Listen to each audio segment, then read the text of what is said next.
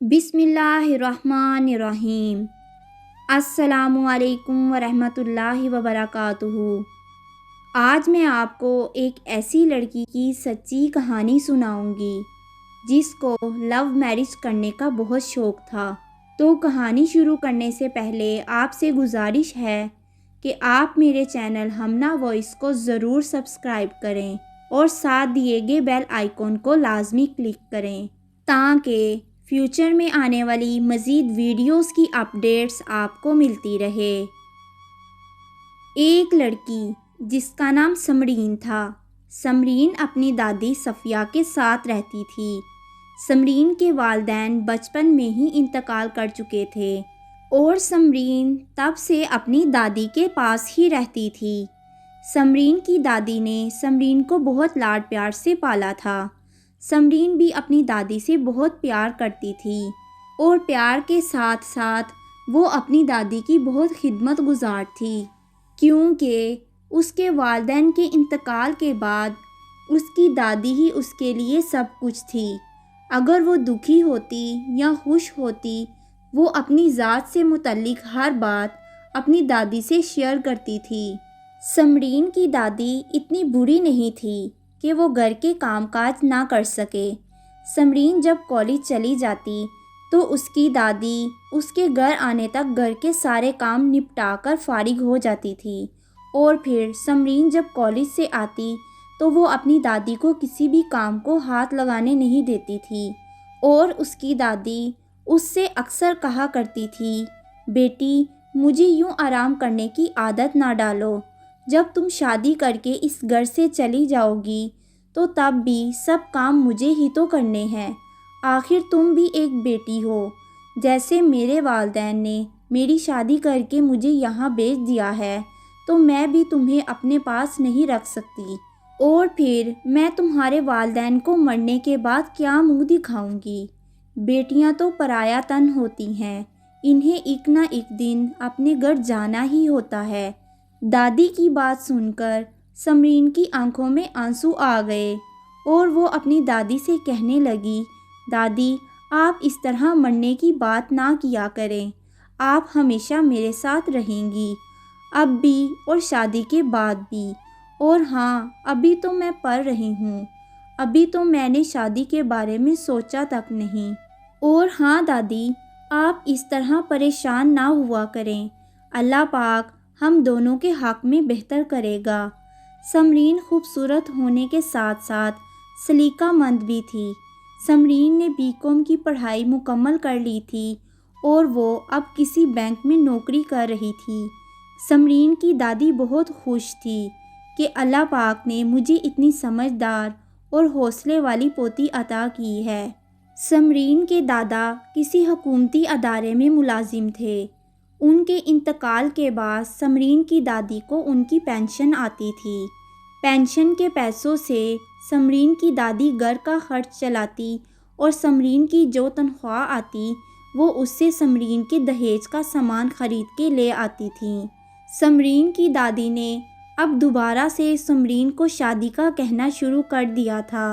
ایک دن سمرین کی دادی پیاز کاٹتے ہوئے رونے لگی تو سمرین نے پوچھا، دادی آپ کو کیا ہوا ہے؟